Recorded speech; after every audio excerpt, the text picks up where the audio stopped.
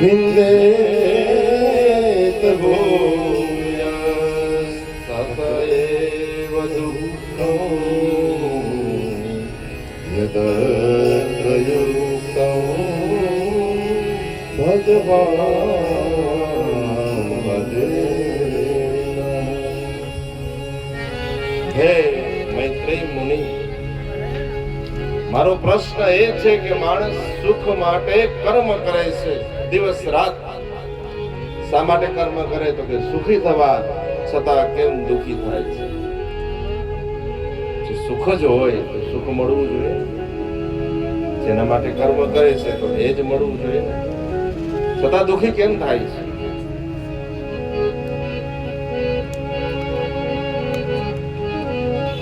મૈત્રેય પ્રશ્નને બિરદાવ્યો છે, પ્રશંસા કરી.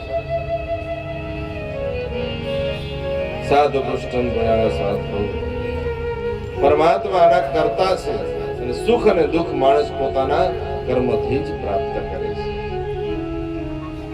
કોઈ કોઈને સુખી કરી શકતું નથી, કોઈ કોઈને દુઃખી કરી શકતું નથી. માણસ જે કંઈ પણ મેળવે છે પોતાનું જ કર્મ પોતાની સામે આવીને ઉભું રહે છે.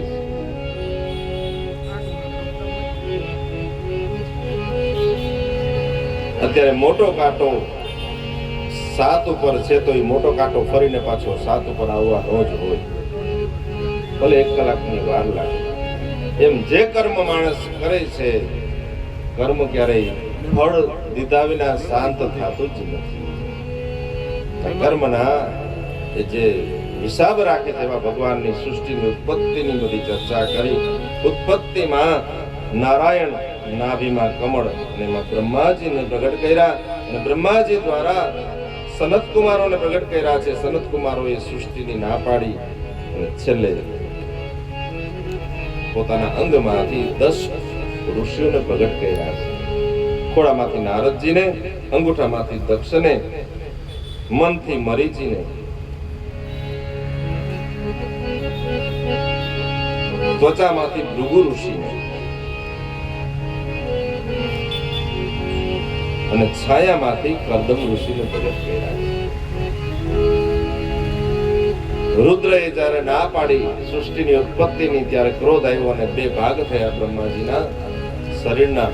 ડાબામાંથી સ્ત્રી અને જમણા અંગમાંથી પુરુષ પ્રગટ થયા. મનુ અને શત્રુપા કહેવાયા છે. સૃષ્ટિને આગળ ચલાવવા માટે મનુ અને શત્રુપાને મદદ કરવા માટે ભગવાન વરાહ અવતાર ધારણ કરે છે. હિરણ્યાક્ષને મારી અને સૃષ્ટિને, પૃથ્વીને સ્થિર કરે. મનુ અને શત્રુપાનું શાસન આવે છે અને મનુ અને શત્રુપાને 2 દીકરી છે. આકુતિ, દેહુતિ અને પ્રસુતિ 3 દીકરી અને 2 દીકરા છે.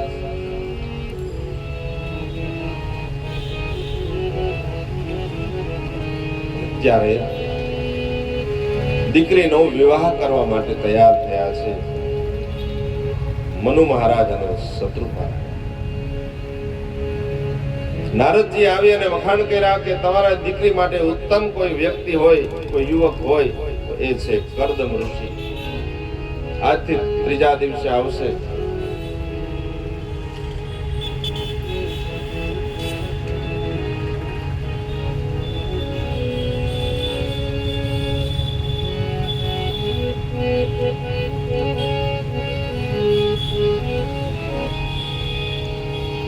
નક્કી થયું કે જ્યારે દીકરીને માગું લઈ અને જ્યારે આવે, કર્દમ ઋષિને વાત કરી બધી.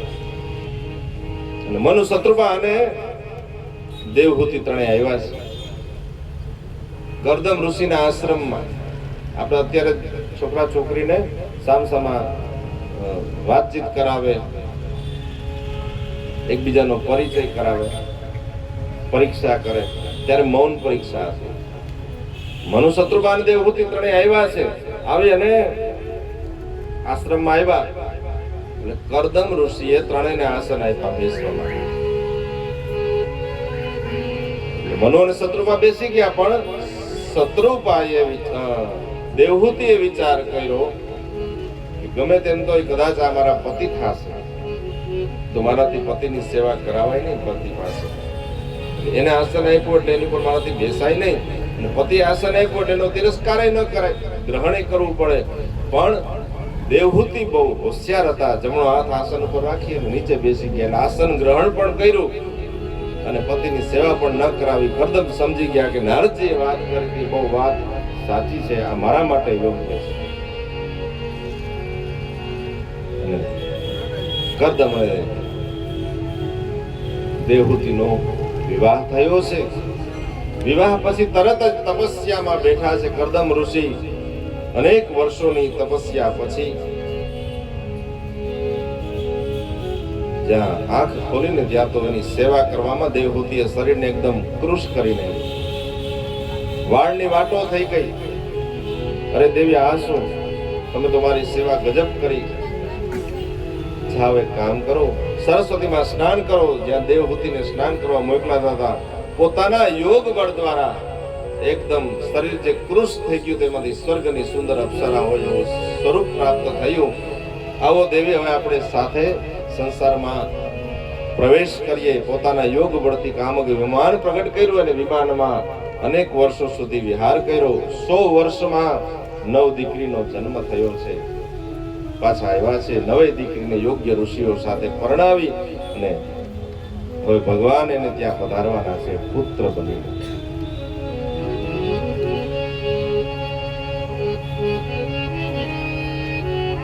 સંન્યાસ લેવા જતા હતા ત્યારે દેવહૂતિએ યાદ આપ્યું કે તમારી તપસ્યાથી પ્રસન્ન થઈને ભગવાને વચન આપ્યું હતું, એટલે ભગવાન આપણે ત્યાં પધારશે. એ ભગવાન કપિલ નારાયણ હવે પધારવાના છે માતા દેવહૂતિને ત્યાં અને કરદમને. ભાદ્રપદ માસ શુક્લ પક્ષ અને પાંચમની તિથિ, ત્યારે સાક્ષાત નારાયણ નર બની અને સાંખ્ય શાસ્ત્રનું જ્ઞાન અને મુક્તિ માતાને આપવા માટે થઈ અને કપિલ બની અને આવ્યા છે કરદમ ઋષિના આશ્રમમાં. દેવતાઓએ પુષ્પની વૃષ્ટિઓ કરી, દેવદુંદુભે વાગ્યા છે. કપિલ નારાયણ ભગવાન, કપિલ ભગવાન પધાર્યા છે અને કરદમે સંન્યાસ લીધો. માતા અને પુત્ર બે એકલા બેઠા છે.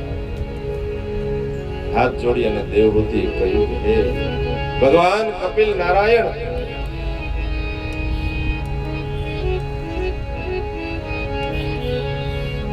આ શરીર વિષયો ભોગવવા માટે અનેક વસ્તુ માગી અને મેં એને આપી. આ ભાવે તો આ ખવડાવું, પણ એને ક્યારેય સંતોષ થતો નથી.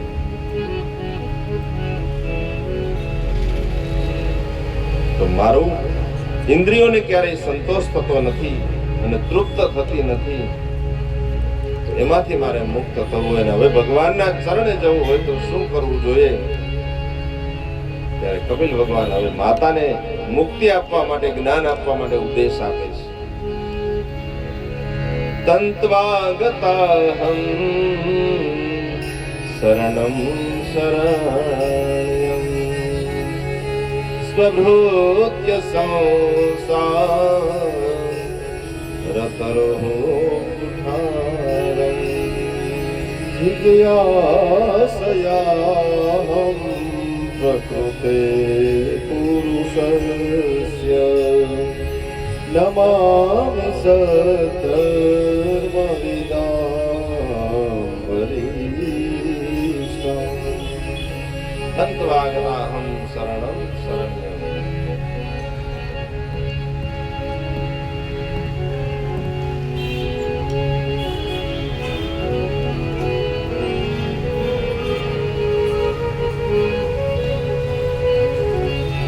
હે માતા, તમારી વાત બહુ સાચી છે.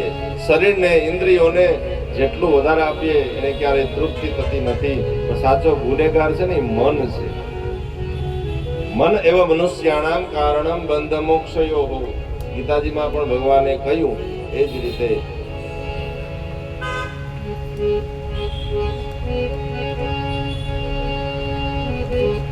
કોઈ પણ રીતે ભગવાનની સાથે જોડાવાની વાત છે.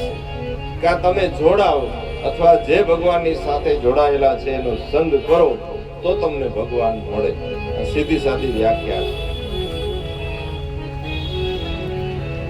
કોઈ ઓફિસરને મળવું હોય તો એના પર્સનલ આસિસ્ટન્ટ હોય પીએ, એને આપણે મળીએ તો એ ઓફિસરને મેળવી દઈએ. એમ જ આપણે ભગવાનની સાથે ઓળખાણ નથી, એવી ભક્તિ નથી, તો જે ભગવાન સુધી પહોંચેલા છે એનો આશ્રય કરો.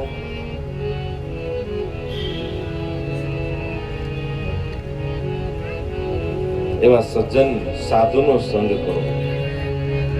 વાત સાચી, પણ ખબર કેમ પડે કે આ સંત છે, આ ભક્ત છે? કપડા સારા સારા પહેર્યા હોય, ભગવા કપડા પહેર્યા એટલે સંત સમજવા તો કે નહીં.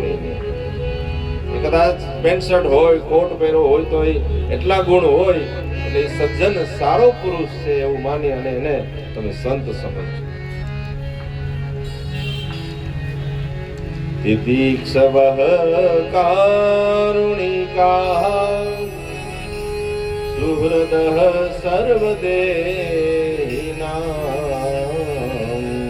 અજાત શત્રવઃ શાન્તાઃ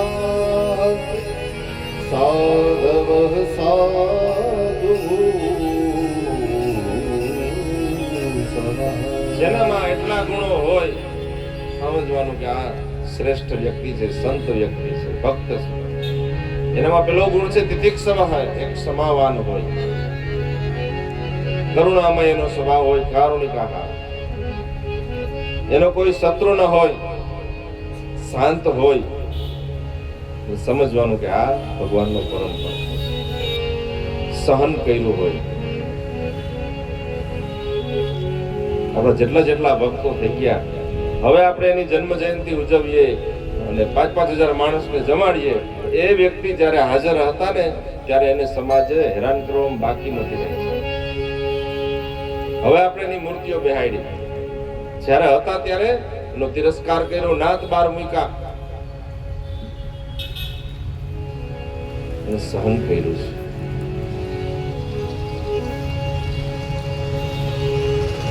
જે સહન કર્યું ને એનો સ્વભાવ છે, એને સંત કહેવાય. આજે ત્રિકમાચાર્ય મહારાજની 162મી જન્મ જયંતિ છે. આપણા આ ક્ષેત્રના એક તપસ્વી, એક સાધુ પુરુષ, બરડાઈ બ્રહ્મ સમાજના ઘરે અવતરિત થયેલા ત્રિકમાચાર્યજી મહારાજ ની આજે જન્મ જયંતિ છે. જે સહન કરે છે, આટલા ગુણો હોય ને એટલે સમજવાનું કે આ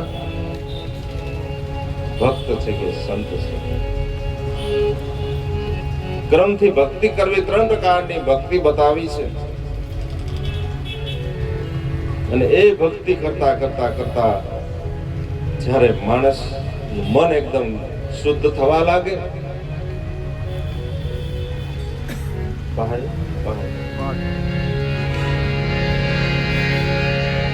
એ કક્ષાએ પહોંચી જાય વ્યક્તિ, ધીરે ભગવાનમાં એનું મન લાગવા માંડે. એના પૂજા કરતા ભગવાનની અનુભૂતિ થાય એટલે સમજવાનું કે આપણે ભગવાનથી નજીક પહોંચી ગયા છીએ. રામચરિતમાનસમાં તુલસીદાસજીએ પણ આ જ વાત કરી. મમગો નગાવત પુલક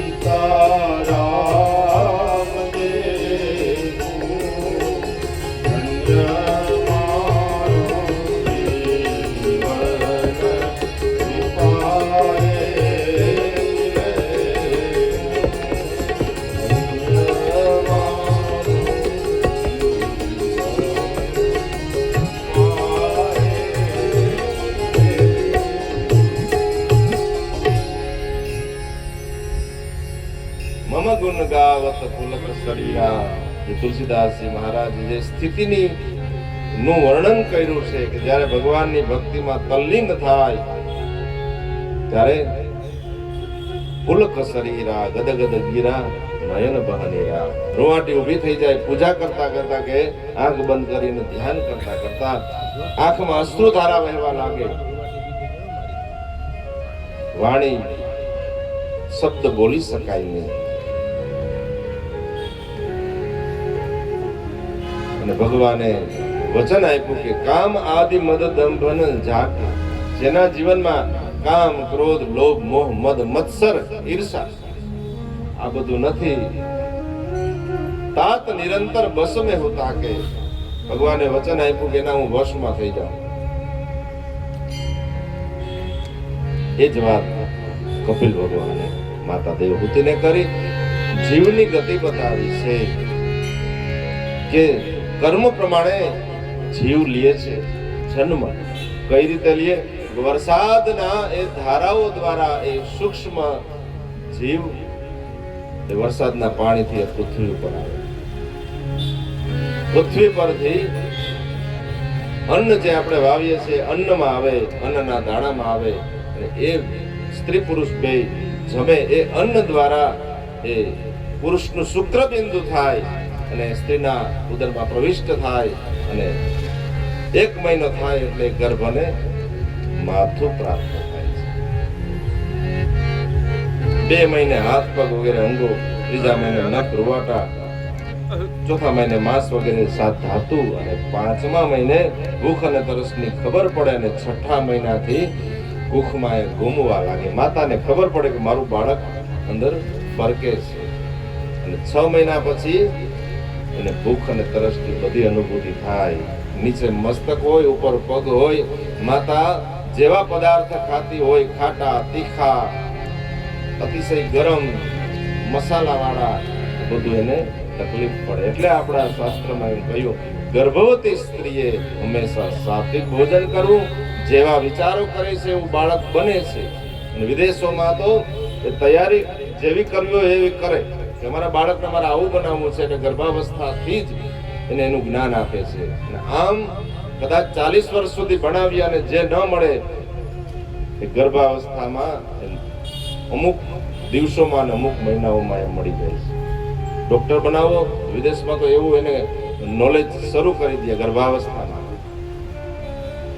જેવું વિચારે એવું બાળક બને. એટલે કીધું કે સાત્વિક વિચાર કરવા, ભગવાનનું ધ્યાન કરવું, ભગવાનની કથાઓ સાંભળવી એટલે બાળકમાં સારા સંસ્કાર આવે. માએ મોબાઈલ જ જોયો હોય પછી ઓલો મોબાઈલ મૂકે જ નહીં. 6 મહિનાના છોકરા યુટ્યુબ ખોલી લે. અંદરનું જ્ઞાન છે.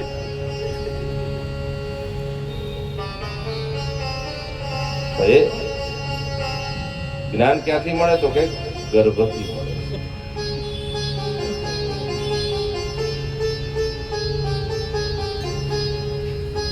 અને 6 મહિના પછી 3 મહિના 7, 8 અને 9 3 મહિના સુધી એ બાળકને પાછલા બધા જન્મોનું જ્ઞાન થાય કે અરે હું તો અહીં કેટલી વાર આવ્યો. જૂના કર્જ કરી અને આપણે મરીએ છીએ. અહીંથી કરજ કરીને જાય એટલે પૂરું કરવા પાછું જન્મ લેવો પડે.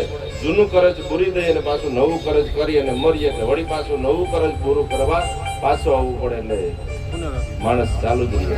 આમાંથી મુક્ત થવું હોય તો ભજ ગોવિંદમ ભજ ગોવિંદમ ગોવિંદમ ભજ મૂઢમતે ભજ ગોવિંદમ ભજ ગોવિંદમ ગોવિંદમ ભજ.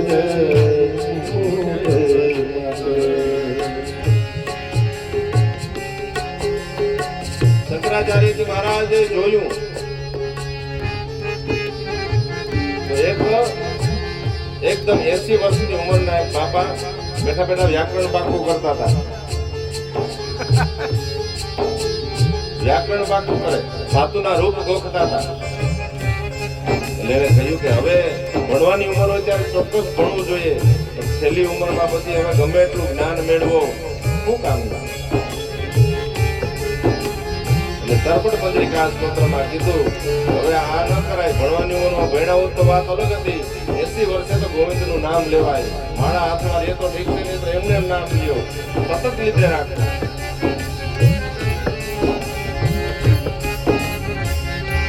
પ્રાપ્તે સન્નિધિતે મરણે, પ્રાપ્તે સન્નિધિતે મરણે, પ્રાપ્તે સન્નિધિતે મરણે, નહીં નહીં રક્ષતિ દુઃખોઈ કરણે, નહીં નહીં રક્ષતિ દુઃખોઈ કરણે. આચાર્યએ કહ્યું કે આ ડુક્કરીકરણના ધાતુના રૂપ તમે ગોખો છો. આ ક્યાંય ઉપર કઈ હોશિયારી નહીં આવે. જ્યાં કઈ પરીક્ષા નહીં લે ભગવાન, જ્યાં તો કોઈનું નામ લીધું હશે તો કામ લાગે. ડુક્કરીકરણના ધાતુના રૂપ પાકા ન કરાય. જીવની ગતિ બતાવી છે. પછી જન્મ થઈ ગયો. હવે 3 મહિના સુધી ભગવાન એવું નામ લે કે હે ભગવાન આમાંથી છોડાવીશ ને હવે ક્યારેય ભૂલીશ નહીં તને. તો અમુક જગ્યા એવી છે કે ત્યાં માણસને વૈરાગ્ય આવે. પેલી જગ્યા તો ગર્ભો, માતાના ઉદરમાં 100 જન્મનું જ્ઞાન થાય. અરે કૃમિ બધા ચટકા ભરતા હોય, નીચે માથું ને ઉપર પગ. તો પેલું જ્ઞાન માણસને વૈરાગ્ય ક્યાં થાય? માતાના ઉદરમાં. ગર્ભો બીજી જગ્યા કઈ જ્યાં વૈરાગ્ય થાય? તો વ્યાધે.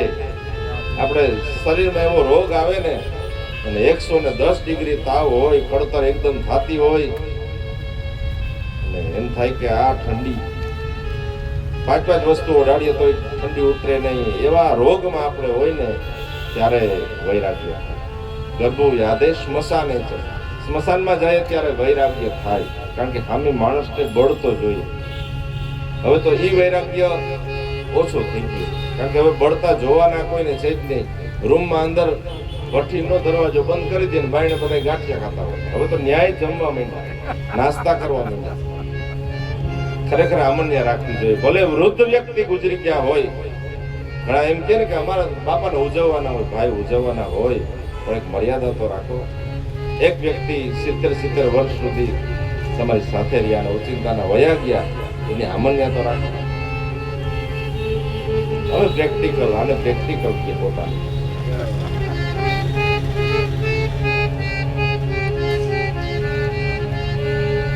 ગર્ભો યાદે સ્મશાને છે અને ભગવાનની કથામાં વૈરાગ્ય. જન્મ થઈ ગયો એટલે જીવ એવું વિચારે હવે હું મુક્ત. જન્મે ને એટલે સીધો માયાનો સ્પર્શ થાય એટલે તરત જ ગર્ભનું જ્ઞાન નષ્ટ થાય. હવે તું મુક્ત તો કે નહીં, હજી ભગવાન કે તને તો દુઃખ સતત તારા કર્મ પ્રમાણે ચાલુ જ રહેશે.